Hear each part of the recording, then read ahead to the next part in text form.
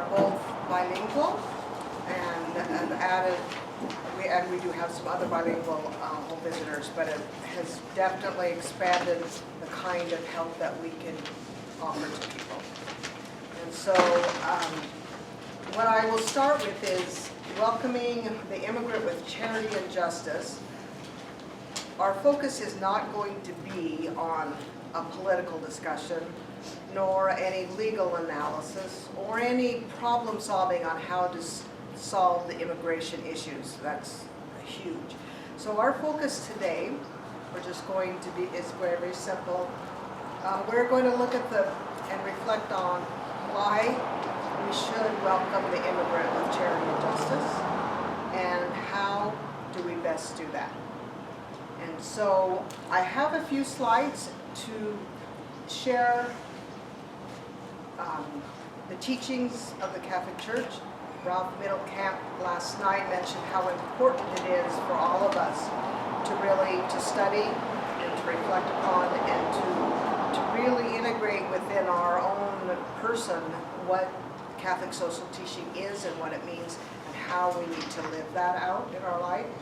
And so I'm going to share some very brief excerpts from Catholic Church teaching and also from the rule as background. And then I've got some questions that we can share back and forth as we go through these. So please feel free to ask questions and feel comfortable in sharing whatever perspective you have. So to bless our time, let's begin with this opening prayer, and please share with me. Can you all see okay? In the name of the Father, the Son, and the Holy Spirit. Amen.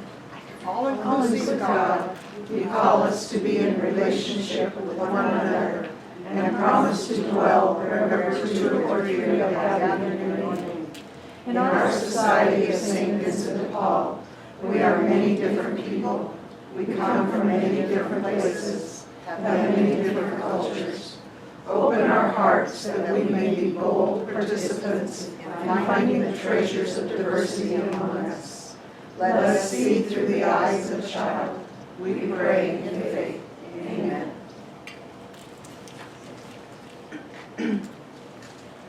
In our American society today, we hear a lot of voices and a lot of divisive voices, a lot of voices coming from a lot of different perspectives. And I think we are called as Vincentians to get below the noise of all those voices, to go deep within ourselves to find out the true voice that we need to be listening to, and that is the word of our Lord. And through Scripture, through the Catholic teaching, through the guidance from our rule as Vincentians, that is the voice that that truth, God's truth, is what we really need to be listening for. So I just hope that this is just a very beginning step in helping you to reflect on that. So what does the Catholic Church say about diversity? And Pope Benedict XVI challenged the Catholic Church in the United States on April 17, 2008 in this message. 200 years later, the Church in America can rightfully praise the accomplishment of past generations of bringing together widely different immigrant groups with the unity of the Catholic faith and in a common commitment to the spread of the gospel. At the same time, conscious of its rich diversity, the Catholic community in this country has come to appreciate ever more fully the importance of each individual and group offering its own particular gifts to the whole. And so the question I want you to think about, and feel free to share if you would like, what gifts from another culture that are present in your parish do you appreciate? So think about what cultures are represented and what gifts do they have to offer. Food. The food. The food. The food, Yes. The music. Definitely. Very good. The sense of family, the tight-knit family starts there. Coming From from the Hispanic population. from the Hispanic Yes, culture. absolutely. Music? Music. We have great celebrations.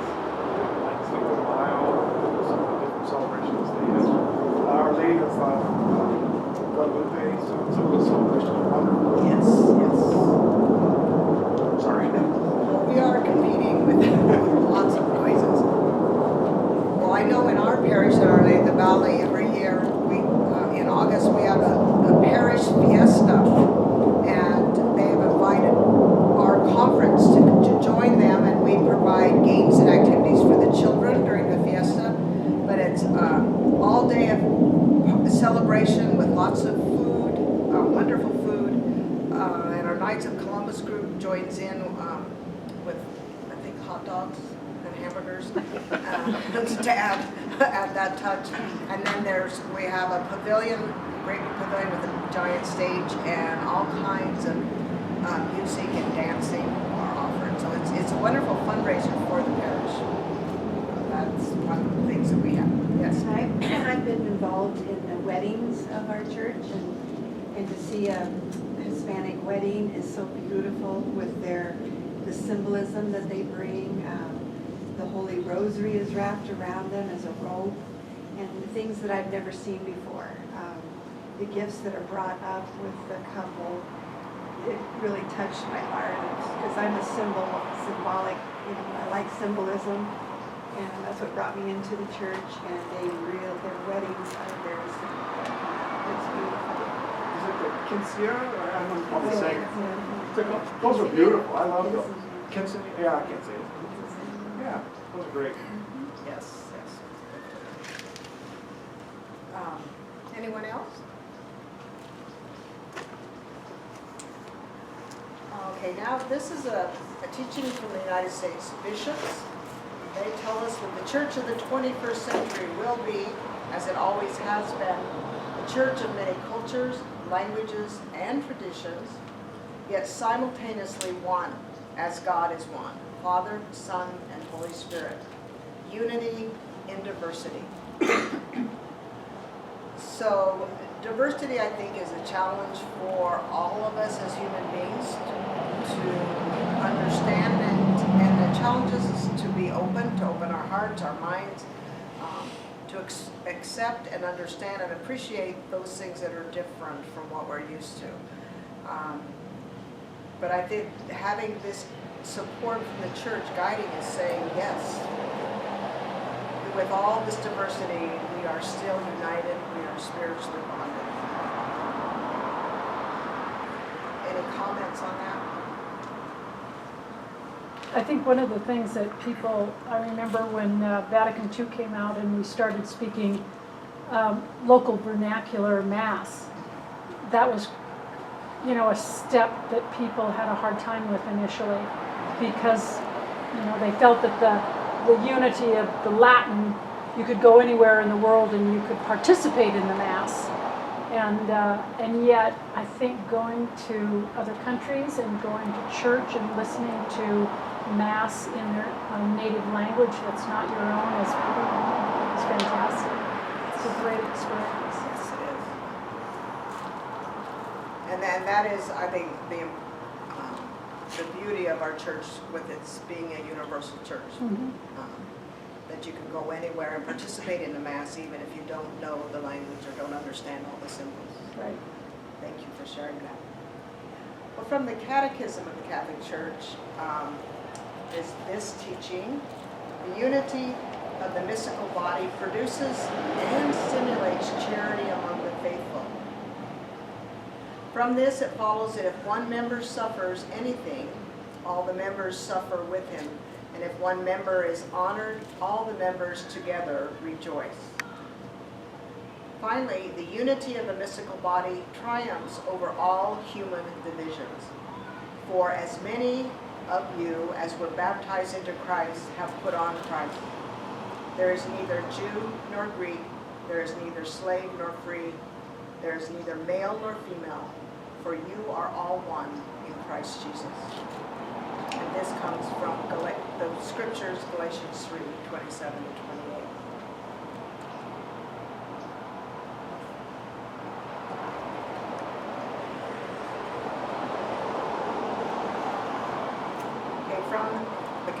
Catechism, this is a statement on dignity. The quality of all human beings rests essentially on their dignity as persons and the rights that flow from it. Because as we all know, none of us, and most people, are not born into the same equal circumstances or the same conditions, the same family life. Where people are born different parts of the world, the conditions that they're born into are very different. So there's no way that we are come into the world on equal ground in that sense. But we do have equality in that every single human being, as a child of God, has the dignity that God gives us.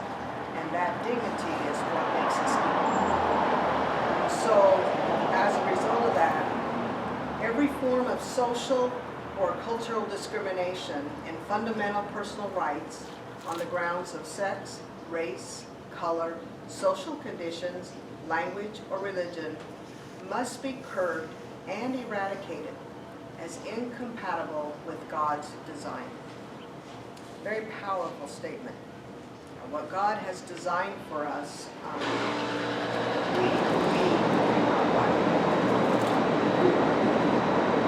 I'll try to speak as loudly as I can.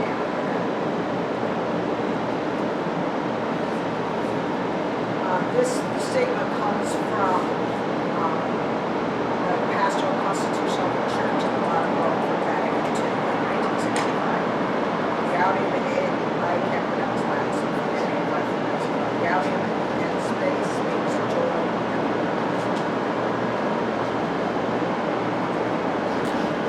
Okay, also from the Catechism, a statement on differences.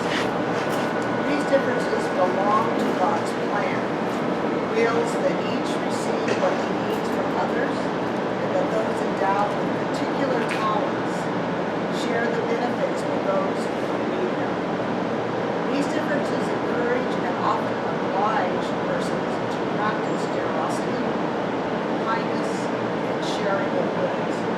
They foster the mutual enrichment of cultures. So again, this is why it's so important for us to recognize what our own gifts are, what our own talents are, and what we have to offer to those who are in need. I'd like to share a personal story that actually just happened this past week that relates to this. It's a powerful story of the Spirit of God working. That's why I really want to share it. From Tuesday through Friday, I spent those days with a group of friends. We've been friends for over 60 years. We've been friends since first grade. There's 8 of us. Every year we take a trip together for the last 10 years. And this year we decided, even though we grew up in Idaho, we decided to come to Boise and we rented a house. So on Tuesday night at dinner, they were asking, they all know that I'm involved in St. Vincent de Paul. They were asking me about how things were going because I had A little louder. Right. They asked me about a story that I had told them several years ago. They wanted to know about that client and how that client was doing. And so I explained, and then I said, well, you know, I have another story I would really like to share with you. This just happened 2 weeks ago. A home visit that was so unbelievable in the circumstances that it just overwhelmed me. And so I shared the story with them. And I don't think we have the time for me to share all of the circumstances. But, and so they listened and they asked questions, and then they started offering suggestions, which were things I had never even thought of. And this group of friends come from all different religious denominations. One is actually a professed agnostic. So it was just amazing to hear.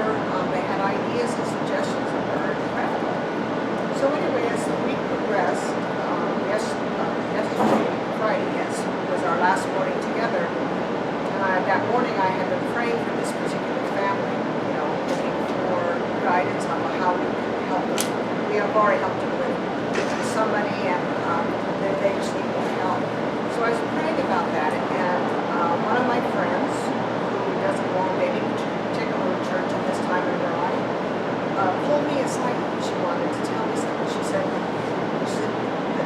story about that woman and her children touched me so that I have this gift for you. And she hands me a check for $500.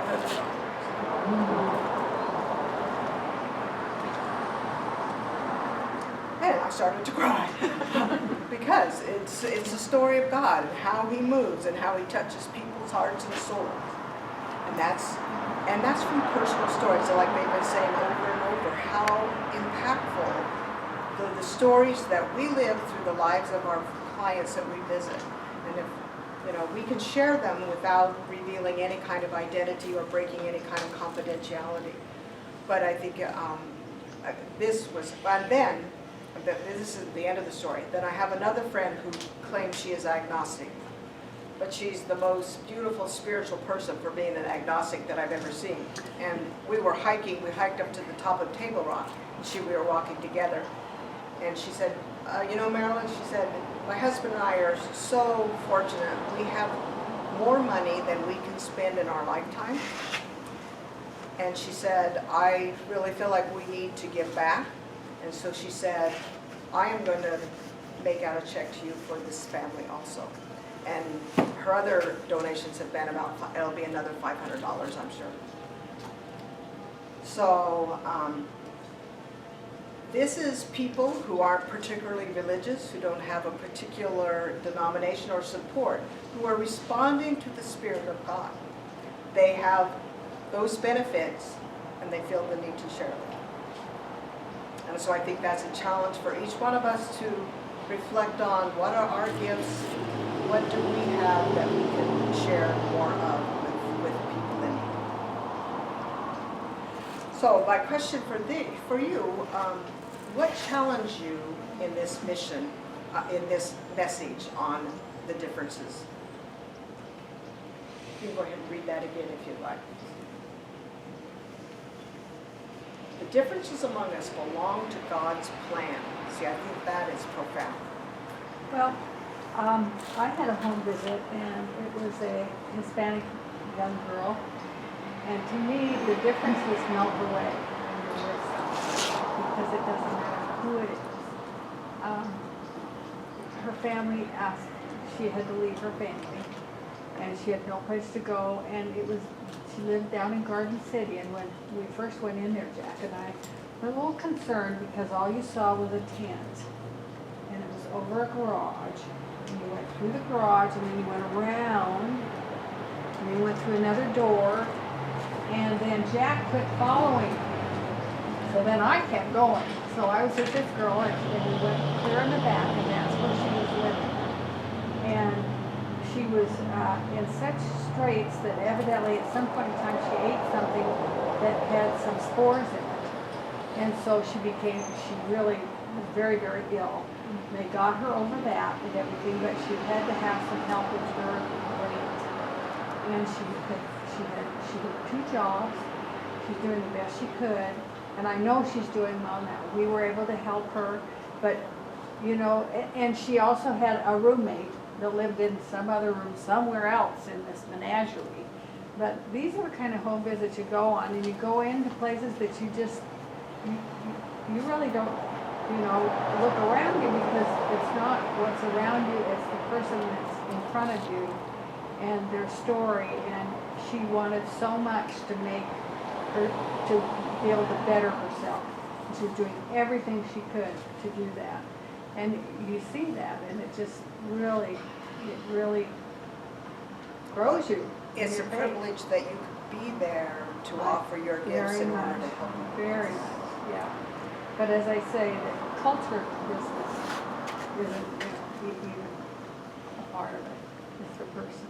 Yes. So excuse me, did you say that she needed help with the rent? She did some help with her rent, yeah. That's what she said. Mhm. Okay, any other things you would like to share on the challenge of this mission, of this message?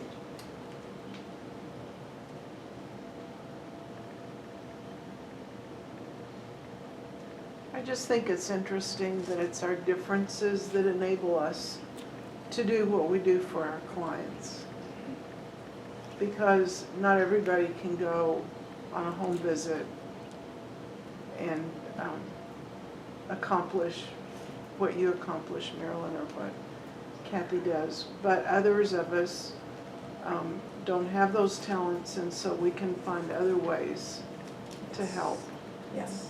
And so with everybody's talents together, then I think we become a very powerful Yeah, that's a force for beautiful good. point. Yeah, that's why we are the mystical body, and we can function as a body to help people very powerfully. Thank you. Okay, from the rule, they've already shared some of these, so I'm just going to pick out 2 or 3. But again, these are our guidelines for our society.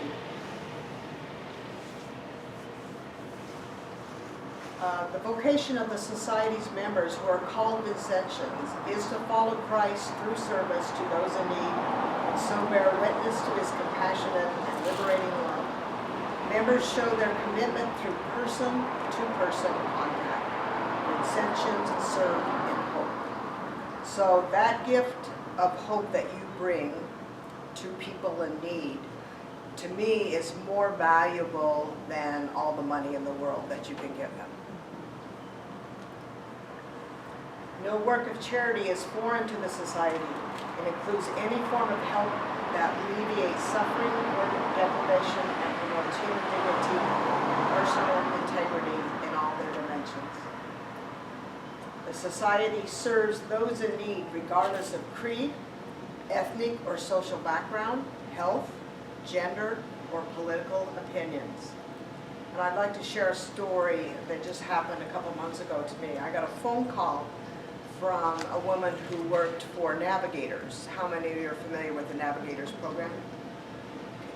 For those who aren't, it is a branch of the health and welfare, the state health and welfare, and they work specifically to work with families one time a year, but they don't just give one-time help. Let's say they are really struggling to have shelter or to pay rent. They help over a period of time until they can get on their feet. They put women and children as top of the list priority. Anyway, so this employee called, and she was a Hispanic woman, and she asked me questions. She said, I have a client that I'm working with, and she told me that she had a home visit with someone from St. Vincent de Paul, and this person told her that they couldn't help her because she was illegal. And so, and this woman said, is that true? And I said, no, it is definitely not true. I said, we reach out and help any human being regardless of the circumstances. And she was so relieved because she was very emotional. She said, well, I'm Catholic and I just couldn't believe my church would be that way. So again, we as Vincentians, all of us as Christians, as we go out into the world, we are called to be the face of Christ, the hands of Christ, and so it's very important that we are grounded in God's truth. So that's the truth that we're sharing, not the messages from the world. Vincentians strive to seek out and find those in need and the forgotten, the victims of exclusion or adversity. And then faithful to the spirit of its founders, the society constantly strives for renewal, adapting to changing world conditions. It seeks to be ever aware of the changes that occur in human society and the new types of poverty that may be identified or anticipated. And this is a point that I think that was brought out last night, how important for us in our conferences to educate ourselves about the understanding of poverty.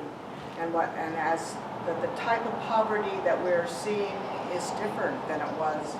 Because I know as a child growing up, I grew up in poverty, but it's very different than the type of poverty that I see in the families today. I lived on a farm and we were very self-sufficient. We never went hungry. We had the best of food. We knew how to, my mother taught me how to sew. We were able to have clothing. We just didn't have money, but we had freedom. We had land to live on and the ability to grow things. And so trade that background for anything, so I really wasn't poor. But I think the poverty today is very different, and urban poverty is different than rural poverty. And what people have access to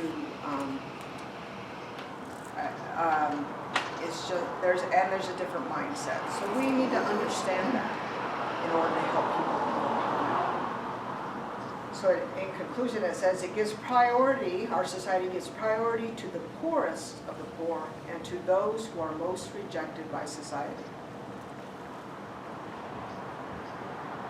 So I'm going to stop at this point, and I would like Elias and Mary to share from their personal experiences with immigration issues in their own families, and also with their experiences on the business, and to give us another picture of that reality.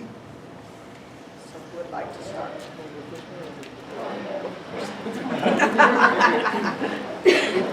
First, I consider myself American.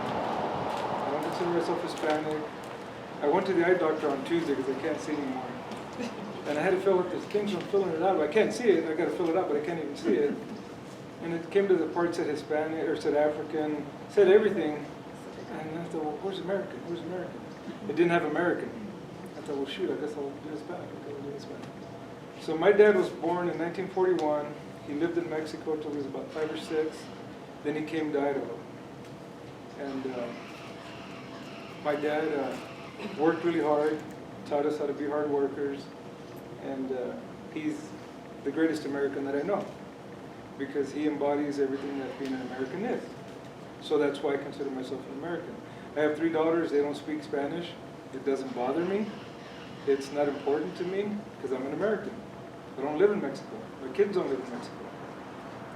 My dad had to learn English, so he learned English. And he taught me how to be, I said in the last, I was kind of a pull yourself up by the bootstrap kind of guy, because my dad taught me that. And I've always been that way. And I had to come into the group of St. Vincent to learn not to be that way. So it's interesting that my dad was from Mexico, I'm Hispanic, but American, but I had to become a St. Vincent to have empathy and sympathy and caring and loving for these people who come from Mexico. Not that I didn't before, but I was always get a job, don't have so many babies, pay your rent, all these things that everybody always says, because I'm American, and not that we didn't have, we love everybody, but anyways, but I had to become a St. Vincent to really understand how to offer the support, the care, the love for people who come from Mexico, from any other country, and I really didn't have that as being an American, is what I thought, until I joined the group. Once I joined the group, then I learned that, well, they need help. I'm not with the FBI. I'm not supposed to interrogate anybody. I go to their home and I offer help. So I learned these things, and it's been so beautiful that I've been able to learn that. But I had to really go to another country, come back to this country to my dad, to be able to do that. Where it's not that easy, so I understand when people don't feel a certain way, because all they know is what they know. So, but as Vincentians, we need to go to people's homes and not worry about where they're from, or that person is in need, we help that person, and really we're doing God's work. We're not even really helping that person, because these people, you could give a person, I don't know how you guys do it in your group, but there's people who need a lot of help. You could give them $10,000, and you will not fix somebody's problems, because it's not the money. So if $10,000 will not fix their problem, then you know that you're not going to fix their problem. You're there to help them. So when these people come and they need help, the last thing we need to worry about is where they're from, or how'd they get there, or just help that person. And my dad, my whole family has just taught me everything, but being in the group and back in the church, it's really changed me. And it's made me a better person, but it's made me a better Catholic. And that's really what we're supposed to be, is just better Catholics. And I told the last group, I go, we help somebody, and we actually help ourselves get into heaven. So it's great, because we want to all get to heaven and go help somebody. Go to that person's home, And don't worry about where they're from or where their kids are from, or if they can speak English but they don't want to speak Spanish. Or there was a lady in the last group who was kind of struggled with that a little bit, and none of that matters. It really doesn't matter. All that matters is you go help that person. You know, so I've been able to see it from both sides, and I'm a proud American, but I'm a proud Vincentian, and I'm a proud Catholic. So I would just say go help these people and don't worry about where they're from. Just do the best you can for that person. And having my dad come from Mexico, my mom came from Texas, it has taught me, the thing about the Hispanic community is that if I hadn't met any of you, but I ran into you at the store, say I bought apples from me at a farmer's market, I would say thank you. But if you were Hispanic, an older Hispanic lady, I would tell you, God bless you. Quédate con Dios, is what I would tell her. And I would feel 100% comfortable in doing that. So the Hispanic community's there's so many beautiful things in the community, in the culture, where I could tell you that if you were Hispanic. But I wouldn't tell you that, because I don't, maybe she'd think, I don't want to, maybe you wouldn't appreciate that. You know, But the religion I am, you know. Yeah. If I knew you were Catholic, If you're I would give you a high five and I'd say, God bless you. No, Yeah. you're pretty close to But, Catholic. just as long as you're Hispanic, I'm going to bet that I can tell you that. I bought apples at this place in Homedale right there, and I would go and I say, oh, stay with God, God But be if you with see you. me at church next time, or out in the community. If I ever see know you I'm again, I'm going Catholic, to tell then you, can yeah. tell me. Yeah. But that's the thing about the Hispanic community is, and even you people out here, if you go see a white person, you're not going to say, oh, God be with you, or, you know, God bless you. You wouldn't do it.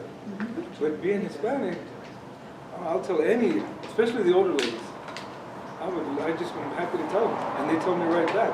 So there's some beautiful things about the culture and the community that we can all learn from. And so we just have to keep your hearts open, and when you keep your heart open, it just pours out. It just pours right out. So Elias never tells me have a good day or God bless you. Tell me older. I see him every Sunday. You're not older enough, yeah. So I see him every Sunday. Oh, but So my story. hang on, I want to interrupt you, No, but go ahead. just so you know, when Mary and I used to go on visits, I was a good cop, she was a bad cop. Mary is definitely the bad cop. You can't be like Mary, no, she's the bad cop. So go ahead. My story is about,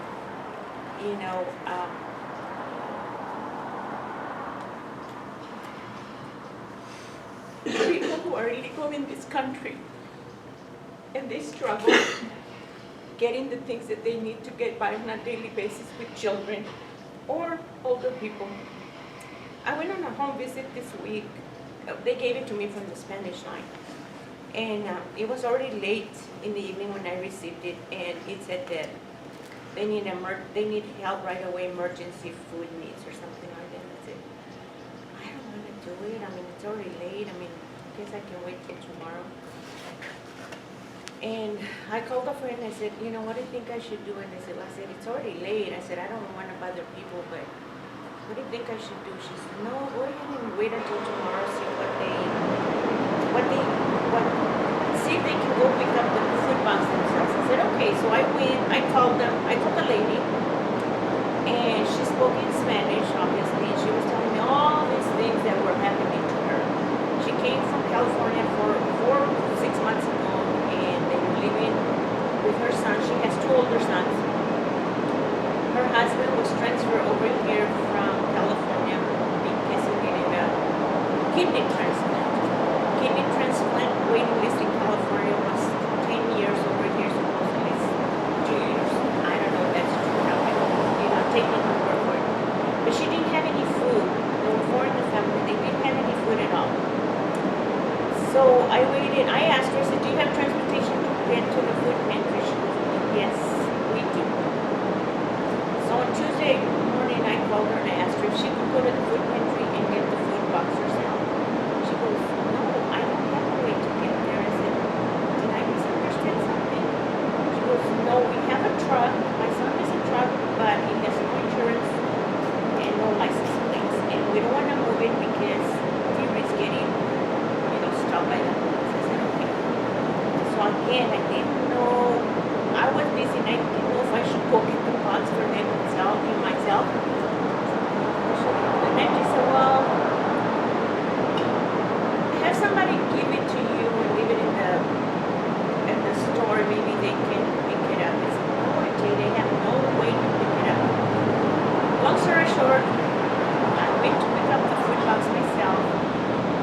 delivered it. Sorry, Marilyn, I did the visit on my own because I didn't want to wait. I didn't want to wait for somebody else to come with me. So I delivered the box myself. The lady met me, and the boys came and picked up the box. She couldn't stop hugging me because I had brought her the food. She goes, we haven't had any food for a while. I said, how come you didn't call us sooner? She goes, I don't know. She goes, but none of us, I only have one son working, and he's not making enough money to support 4 people. Their rent was over 1,000. Their father is ill. She doesn't work. They don't speak English, and they're undocumented. So they couldn't go to any of the other agencies for help because their daughter-in-law, who's a citizen, told them they wouldn't qualify. I said, that's not true. So you should make an effort to go. She said she wouldn't make it. And she said she wouldn't even take us to church because she didn't want us to go with the church. I said, what do you mean? Who is this lady? She goes, she's my daughter-in-law. She goes to the Catholic Church. I said, and she must not be listening to what we're saying in church, what else is being taught. The lady said, well, I'm just telling you. She goes, I got sick the other day. I didn't know where to turn because she doesn't speak English and she's illegal. She said, and I asked her, where would I go to get some, free medical help? And the daughter-in-law told her she didn't know of any place. We have Terry Riley. I said, but we have Terry Riley. She goes, I found that out from the hospital. She goes, so she was diagnosed with diabetes. Now she needs help with her medicine, because they're not working. So, she met me outside and we were talking and she couldn't stop hugging me. And, I'm glad I did the visit on my own. I never would have, I didn't imagine that she was, desperate for food. No food stamps because again, the daughter-in-law told her that one of the sons wouldn't qualify even though he's not working. She doesn't qualify, again, she's illegal. So I told her I would be back to help her because they have no transportation. I've got some toiletries and I'm going to be taking back to her. So I'll be keeping her. Oh, and she wanted someone to go to her house and do a prayer for her and the family. I told her we'll take care of it. But, these are stories that just break your heart. And it doesn't matter if they're from Mexico or some other country. They don't know the language. They will never be asking for the help that's available to them. From St. Vincent, from other agencies. And it's heartbreaking. I did another visit with a young mother. She had 5 kids. 3 were born in Mexico and 2 were legal in the U.S. And she was only getting food stamps for 2 children. And I'm wondering, how is that justice? How can the agency say 3 kids aren't going to eat, but 2 are going to eat? How is that possible? And she said, that's what I get. I only get for my 2 kids, but not for my 3. And they face so many obstacles. Obviously, we're not going to fix the immigration laws right now, but the only thing, like Adia said, is we can give them the little bit of help that we can help them with. Food, clothing. I've even volunteered to go with a girl that was going through a divorce and interpret for her in court. I've done little things that I can, but I told Marilyn, years ago when I was growing up, I didn't know if I was rich, I didn't know if I was poor. I didn't know the difference. We had a house, we had cars, or a car, we had clothes, we had homemade food. When I've done my visits, I see that some of these kids have nothing. And growing up, I was happy that we were eating. I thought that in school, the food at school was one of the greatest foods in school because I saw kids eating at school and I wanted to eat. My mom used to make us tacos, really good tacos, but I wanted to try the food. So one week she punished us and she made us pay for the whole week. And guess what? We didn't like the food. With macaroni and cheese, tuna sandwiches. spaghetti, and I'm going, my brothers and I are going, what is this? You know, we never had it, but we were lucky that my mom cooked for us. And some of these people, that we had food to cook. Some of these people sometimes don't have food. And that's the heartbreaking part, is that little kids are involved and they may go home or may go to bed hungry. And that's just not right. That's just right. So I do a lot of visits. Some are really heartbreaking for me. I go home and cry, wondering how I'm going to help them. So I try to do my best. You know, the next day I get up and I do more visits again. Jeremiah gives me some, and how many can you have, Mary? I said, well, I don't know. But it's just, you know, heartbreaking. Like I said, we're never going to fix, at least not in this lifetime, I don't think we're going to fix the immigration laws, but we can help people by giving them food, clothing, help them with shelter, and that's about all we can do for them. Okay? Thank you.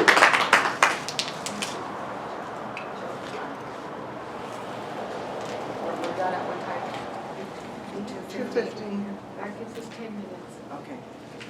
One story I would like to share, that Mary must not have remembered. Remember this, the one that we went to, Erica and you and I, and it was all in Spanish? This is another example of people who are undocumented, how vulnerable they are to exploitation. This was a young woman who has lived in the United States for 8 years. 8 years. She had 2 children, and so we went to visit her in a single-wide trailer out in the country, and she worked full-time in the orchards, worked very hard, and for the whole 8 years that she's lived in this country and worked, she pays taxes, because she had all of her tax forms. Anyway, this place that they were renting, we walked in, and in the kitchen there was big holes in the floor. There was water running from the leaking pipes under the sink, water running clear on the floor. That's why there were holes in the floor, because it absorbed all the water. There was no stove, there was no refrigerator. All they had were 2 hot plates, burners to cook with, and no refrigerator. So they had coolers with ice. At the time, we brought them food and I think bedding, and we had to provide, that's what they had asked for, and for a bed. Anyway, Mary and Erica did all of the talking, but we tried to ask about the landlord and who he was and why he wasn't providing, you know, any kind of help, and she was very, very reticent about giving us any information. She would not give his name to us. She would not tell us. She was so afraid that if we went to confront him or talk to him, that they would be evicted or worse. So, and unfortunately, people up in positions like that can take advantage of the people, and you know, by law, there's no way he could be a legal landlord and be violating all of the laws for what landlords are supposed to provide. So it was a heartbreaking story, and we tried to get her in with Catholic Charities, and I don't know, did she ever get there? That was the winter of 2016, 2017. Oh. And she had the trailer had no heat. They were just using like a space heater. And the doors had holes in it, the windows were broken. So she would just put like bed sheets on but she would never tell us who the landlord was. We helped her and her with the food, you know, clothing, coats and things like that. But, and she was working, it was the winter 2016, 2017, and she was working in the orchards pruning for 75 cents a tree. She was working during those months, pruning trees for 75 cents a tree. So it was really hard.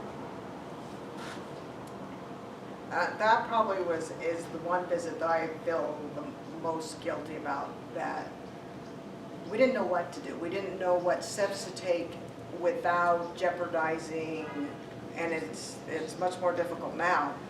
We probably could have done more, but we weren't sure what to do. Again, that's not, the more we know, the more that we can help. Well, you said you contacted Catholic Charities. No, we tried to get her to, we gave her all the Oh, information. you didn't want to do it without her okay. Yeah, and we were gonna pay for the appointments, the $45 to have a legal counsel with Catholic Charities. You're kidding me. They charge? Yes, $45. But these are real attorneys, immigration attorneys. I and realize that. And that they're donating most of their time, but No. anyway, but the problem was, like I said, Catholic Charities used to have a Nampa office, but they closed it and it was in Boise, and she was gonna have to drive clear to, she had a car, but the risk of her driving all the way from Marsing to Boise for this appointment, because she'd already been stopped by the police. Remember, she got a ticket? And that's, that's the weird part, is she has a card, or she got a card. She has no driver's license, and she was speeding one day taking her child to school. She got stopped by a police officer. They just gave her a ticket, and he didn't ask any other questions. But then, she didn't want to drive all the way to Boise. So she was lucky in that aspect that, they let her go with just a ticket. Is there actually more of a call to need that in Boise than in Marsing or Caldwell? Is there more? Why did they close? I don't know why they closed that office. I never did hear Seems like it would be more demand. in our area. West Jeff of here, Caldwell, yeah, yeah. There calls on that. 3 minutes? 4 minutes? 4 for you. Oh, all right, thank you. Okay, I did have another part of this, but I will let that go. The other part of the question is, how do we help those in need, the immigrants?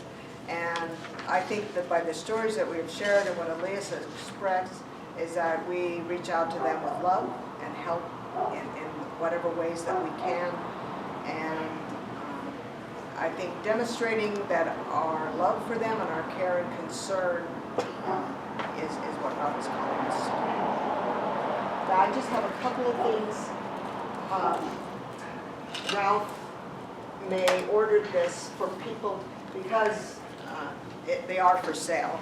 But this is from the national level. It's the Vincentian Guide to Diversity and Multicultural Issues. And it says on the top, Seeking Charity and Justice. So I got a lot of the information from here. If this is something you would like to take home to read, it includes chapters on many different other cultures and ethnic groups to give you some background and insights. So it is $4. And then this is a card that comes from Catholic Charities, which I don't have enough, but if you want to take one and get a copy, it's English on one side and Spanish on the other. And these are questions that you would, if you had an undocumented immigrant, you give this information to them. This is states their rights and what they would say if there was an immigration official or entrepreneur. That was some stuff. I'll tell you the thing that just about shut Carolyn, me I can down. get one, I can get under one. Oh, you can? Oh, I can. He's Oh, good. Well, they come with Catholic Charities, so you want to take action. Yes, we could definitely explore it. And if, okay, so those of you who live in Anybody Boise, needs them or wants them, let me know. I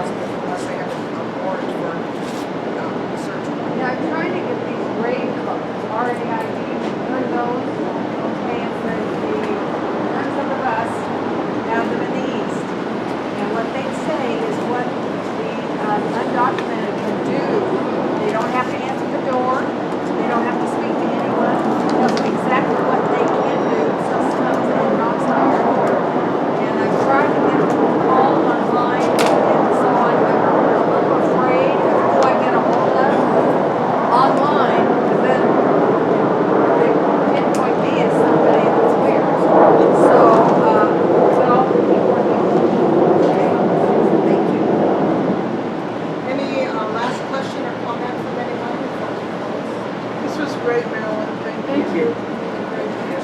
So let us pray together this closing prayer.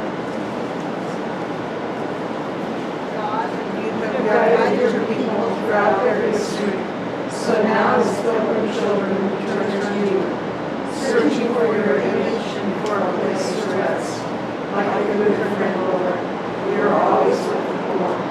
You make yourself a travel companion to us wayfarers, to us the undocumented, the refugees, the migrants, pilgrims all who walk toward you. You call us to be witnesses of your love and to be examples of our faith in whatever heaven sees us. Lord, may the spirit of Pentecost be renewed. May all peoples, races, and languages be one in union.